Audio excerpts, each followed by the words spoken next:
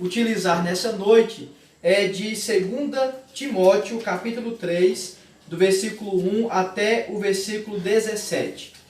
O texto sagrado começa com o apóstolo Paulo apresentando uma espécie de radiografia do tempo em que nós vivemos.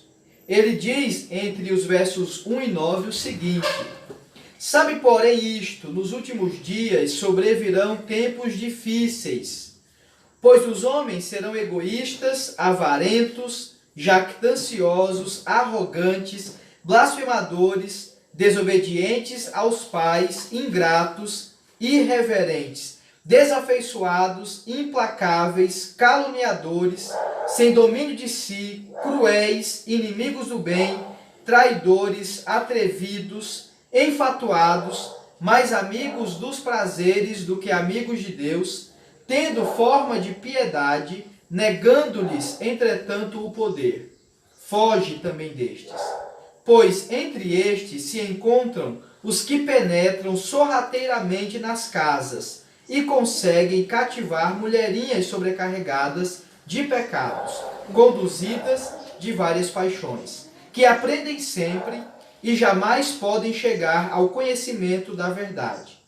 E do modo porque Janes e Jambres resistiram a Moisés, também estes resistem à verdade. São homens de todo corrompidos na mente, reprovados quanto à fé. Eles, todavia, não irão avante, porque a sua insensatez será a todos evidente, como também aconteceu com a daqueles. Nessa primeira sessão desse capítulo 3 de 2 Timóteo, nós encontramos essa radiografia que o apóstolo Paulo faz com relação ao tempo dos últimos dias. Esses dias são os nossos dias. Nós encontramos hoje pessoas com essas características e muitas delas, inclusive, vivendo uma vida religiosa de fachada. Alguns destes têm essas características e esses comportamentos, mesmo tendo por fora uma perspectiva, uma visão religiosa que na verdade é só uma casca. Não é na verdade aquilo que representa o que há no interior do seu coração. O texto sagrado também fala a respeito não apenas de como é a radiografia do nosso tempo, em nossos dias, mas fala também a respeito de como nós devemos ser desde a nossa infância. Aqueles que temem a Deus e que amam ao Senhor devem ter um comportamento semelhante àquele que Paulo diz que Timóteo tinha. Ele diz assim a respeito de Timóteo: tu, porém, tens seguido de perto o meu ensino, procedimento, propósito, fé, longanimidade, amor, perseverança, as minhas perseguições e os meus sofrimentos, quais me aconteceram em Antioquia, Icônio e Listra, que variadas perseguições tenho suportado. De todas, entretanto, me livrou o Senhor. Ora, todos quantos querem viver piedosamente em Cristo Jesus serão perseguidos. Mas os homens perversos e impostores irão de mal a pior, enganando e sendo enganados. É nesse contexto de vida que nós precisamos ser como Timóteo. Alguém que desde o início da caminhada cristã, ou desde o início da própria vida biológica, tem aprendido de perto todo o ensinamento e testemunho do apóstolo com relação à palavra de Deus. Timóteo era um companheiro de Paulo.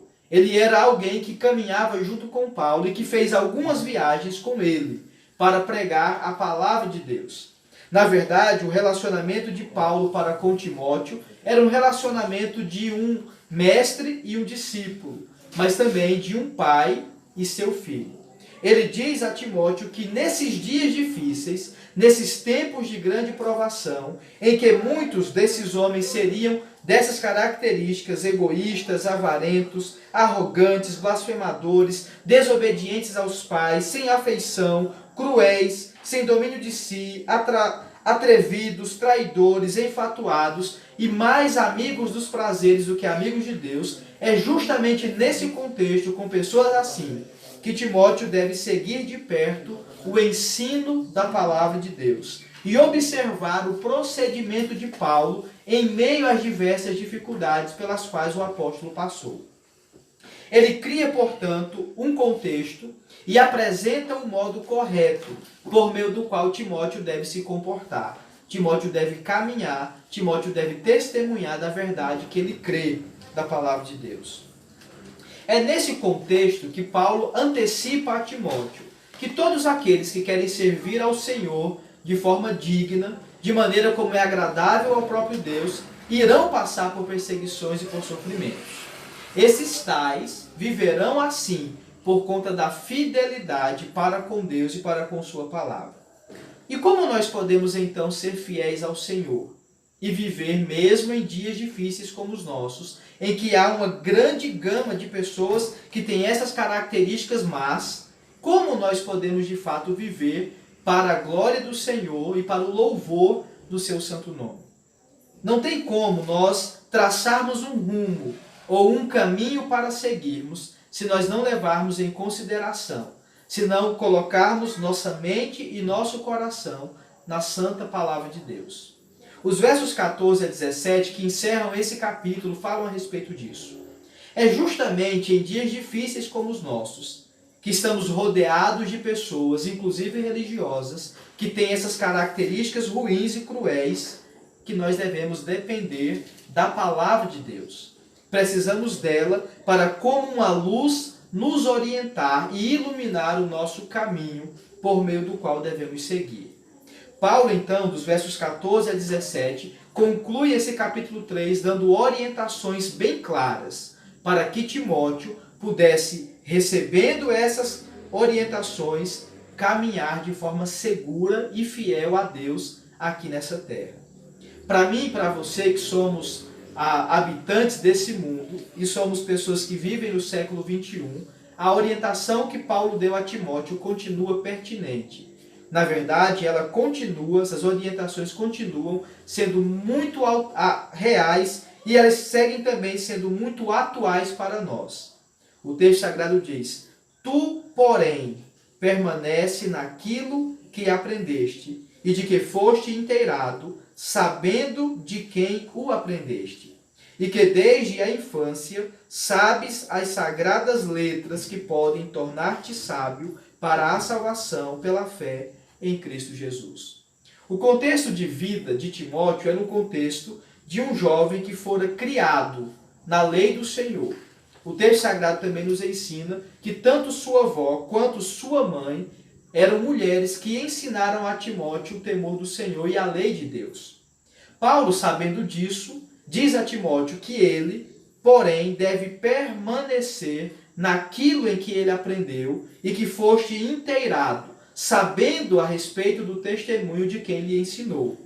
E Paulo diz: você tem visto isso desde sua meninice, desde sua infância, e você já tem conhecimento de que esta palavra, a lei do Senhor, é capaz de salvá-lo, de torná-lo sábio para a salvação que há em Cristo Jesus. Salvação esta que só é acessível ao homem pela fé, que ele deve colocar tanto na palavra de Deus, como na pessoa e na obra de nosso Senhor e Salvador Jesus Cristo. Daí então, chegarmos à conclusão de que é importante, é de suma importância, valorizar a Escritura Sagrada, se de fato queremos viver nessa terra de forma justa, santa e piedosamente. A grande fraqueza da igreja moderna tem sido justamente aquilo que deveria ser sua maior força, a palavra de Deus. Infelizmente, hoje, a palavra de Deus está ausente, não apenas de muitos púlpitos, em várias igrejas, mas principalmente na vida de muitos daqueles que se dizem crentes em Cristo Jesus. A Escritura Sagrada não tem ocupado mais, na vida de alguns, o lugar central na sua dinâmica cotidiana de vida. Muitos olham para a Escritura apenas como um manual antigo de como viver bem. Outros olham para ela como se tivessem uma visão tanto mística da palavra. Há outros até que acham que ela é interessante, mas que ela perdeu sua relevância para nós, habitantes da Terra, no século 21. Talvez você seja um destes. Talvez você, nas últimas as semanas, meses ou anos da sua vida, tem tratado a palavra de Deus como um livro qualquer. De fato, a Bíblia é um livro que foi escrita por homens. Homens inspirados por Deus, segundo a própria Escritura fala, foram movidos pelo Espírito Santo para escreverem tudo aquilo que nós temos hoje registrado nessa Sagrada Escritura. Mas o autor final da palavra não são os homens que a escreveram, mas sim o próprio Deus, que por meio de sua soberania concedeu a estes homens que escreveram a Bíblia o prazer, o privilégio e a grande responsabilidade de serem aqueles que redigiram a revelação de Deus que ele faz de si mesmo e de suas grandes qualidades, seus atributos, para que possamos conhecê-lo. Aí então nós entendemos o motivo de Paulo orientar Timóteo sobre a importância da Sagrada Escritura. Ele diz que toda a Escritura é inspirada por Deus e é útil. A palavra inspirada na Bíblia Sagrada, ela vem de uma palavra grega que na verdade não é encontrada fora do Novo Testamento. É uma palavra que Paulo provavelmente inventou, utilizando-se de duas outras palavras que também existiam no vocabulário grego. A palavra pneuma, que era a palavra utilizada para espírito, para hálito, para sopro, e também uma outra palavra que Paulo usa. Essa palavra foi construída e ela se transformou na palavra theopneustos. Essa palavra que Paulo usa, que foi traduzida em nossa Bíblia como inspirada, trata da origem da palavra de Deus. Fala a respeito de onde ela veio e de quem ela veio. A palavra não veio dos homens, mas ela foi soprada por Deus. Ela foi apresentada aos homens por meio do próprio Deus. E ela tem sua utilidade na vida daqueles que amam a Deus, que creem na sua existência e que são obedientes a tudo aquilo que o próprio Senhor tem revelado a nós em sua santa palavra. A palavra é útil para nos ensinar tudo aquilo que precisamos saber a respeito de Deus, a respeito de sua vontade e a respeito também dos seus atributos. Embora a própria natureza nos apresente formal e completamente os atributos invisíveis de Deus, assim como também o seu eterno poder e a sua divindade, foi na revelação especial na Bíblia Sagrada que nós aprendemos a como usar o conhecimento de Deus para a nossa vida e para o nosso crescimento espiritual. Por isso, essa palavra é inspirada por Deus e tem sua utilidade no ensino para nós que necessitamos aprender do Senhor. Mas também é uma palavra que não alivia quando nós erramos, que não passa a mão nos nossos erros. Ela é uma palavra que também é útil para repreender, para chamar a nossa atenção, para nos corrigir durante o caminhar que temos tomado e que muitas vezes é contrário à vontade de Deus. Então esse efeito duplo da palavra, que além de nos ensinar, pode também nos repreender e nos corrigir, é importante para os nossos dias. É por meio dessa palavra que nós aprendemos a vontade de Deus e a maneira como devemos viver para o inteiro louvor da sua glória. O texto sagrado também diz, na continuação, de que esta Escritura, que é inspirada por Deus e que é útil para o ensino, para a repreensão e para a correção, também é útil para a educação da justiça. Justiça é uma das características das ações de Deus. O nosso Deus é um Deus justo e que age com justiça em nossas vidas. Deus, por ser justo, não permite que nós, seres criados à sua imagem e à sua semelhança, vivamos aqui nessa terra de maneira que não seja adequado à vontade dele. Por isso, a palavra de Deus é útil para nos educar na justiça, a fim de que venhamos a não apenas pensar, não apenas sentir, mas acima de tudo venhamos também a viver, a nos comportar de forma justa, piedosa e santa diante de Deus. E a finalidade última dessa palavra, que é nos ensinar, que é nos repreender, que é nos corrigir e nos educar na justiça, é para que nós estejamos prontos para fazermos aquilo que é da vontade de Deus. O verso 17 encerra o capítulo 3 da segunda carta de Paulo a Timóteo, dizendo: a fim de que o homem de Deus seja perfeito e perfeitamente habilitado para toda a boa obra. É evidente que aqui Paulo está tratando diretamente de Timóteo, um jovem pastor, a quem Paulo dá suas orientações de como ele deve se conduzir e de como ele deve proceder no meio do povo de Deus, e também para com os de fora. Mas esse texto se aplica a todos os crentes, porque todos nós pertencemos ao Senhor. E é do desejo dele, é da sua vontade, que sejamos perfeitos e perfeitamente habilitados. A palavra perfeição aqui traz a ideia de algo completo, que não falta-lhe nada. Algo que está completo em si mesmo e preparado para exercer a função para o qual foi criado. Se nós queremos viver para a glória de Deus e de maneira tal que o nome dele seja engrandecido em nossas vidas, nós precisamos depender e aprender na palavra de Deus como e de que maneira Deus quer que nós vivamos. E aqui o texto sagrado encerra dizendo que devemos ser perfeitos e perfeitamente habilitados para toda a boa obra. Na verdade, foi para a boa obra que nós fomos salvos. Lá em Efésios capítulo 2, versículo 8 em diante, diz assim: porque pela graça sois salvos mediante a fé. E isto não vem de vós, é dom de Deus e não é das obras, para que ninguém se glorie.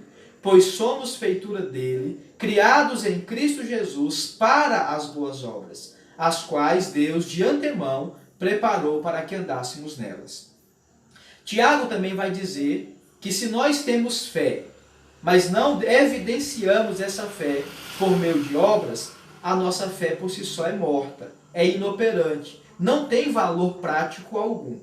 Mas, se nós provamos por meio das nossas boas obras a fé que temos em Deus e na pessoa de seu Filho, nosso Senhor e Salvador Jesus Cristo, a nossa fé, portanto, se mostra como uma fé viva e verdadeira. Crer em Deus, muitos creem. Até os demônios creem, e a Bíblia diz que eles estremecem diante de Deus. Muitos há entre nós, em nossos dias, que dizem ter fé em Deus. Dizem colocar sua fé em Deus. Mas essa fé não os conduz à obediência e nem à prática da palavra de Deus. Se a sua fé é uma fé meramente subjetiva, interiorizada, e que há apenas na sua mente ou no seu coração, lamento lhe dizer que a sua fé não tem valor algum. A fé que o homem deve ter em Deus, e todos devem ter fé em Deus, é uma fé que nos leva à ação, que nos leva a praticar aquilo que o Senhor espera de nós.